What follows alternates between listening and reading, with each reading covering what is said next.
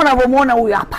Moja hapo kipya hiki hapa. Blue. Unaona vipya ni vingi kwenye BSS. Tunaangalia vijana ambao sasa hivi ni waimbaji, wachekeshaji, sarakasi. Madansa acrobat. Usema wewe unaweza acrobat.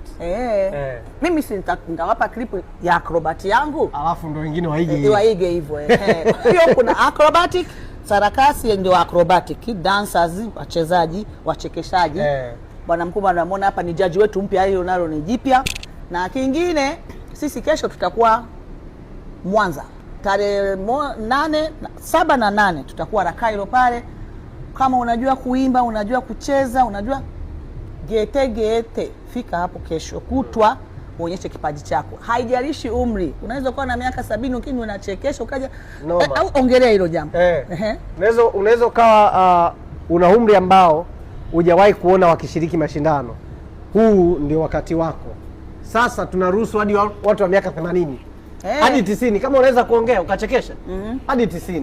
Kwa wale wachekeshaji, hii ni fursa kwenu. Jitokeze kwa wingi. Mimi natamani nione wachekeshaji wamejitokeza kwa wingi kiasi ya kwamba tuseme au Bongo sasa sasa hivi ni ya wachekeshaji. Tafadhali Anyway, waimbaji, wachekeshaji, acrobat, waigizaji wote tunakutana sehemu moja. Ni platform kubwa sana kwa ajili yako. Itumie hii fursa. Enda kuenjoy mie. Atachekaje? Kwa wale ambao hawataweza kufika, sio tatizo. Tumewafikiria vile vile.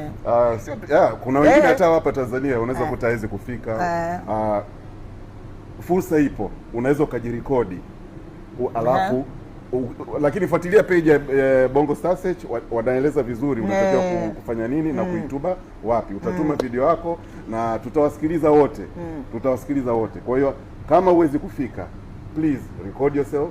Hata wakijirekodi wakaweka beat nini kama studio itakuwaje? Lakini usirekodi wimbo afu unaenda studio wanafanya EQ, wanaweka sijui effects. Hapana, tunataka kavu.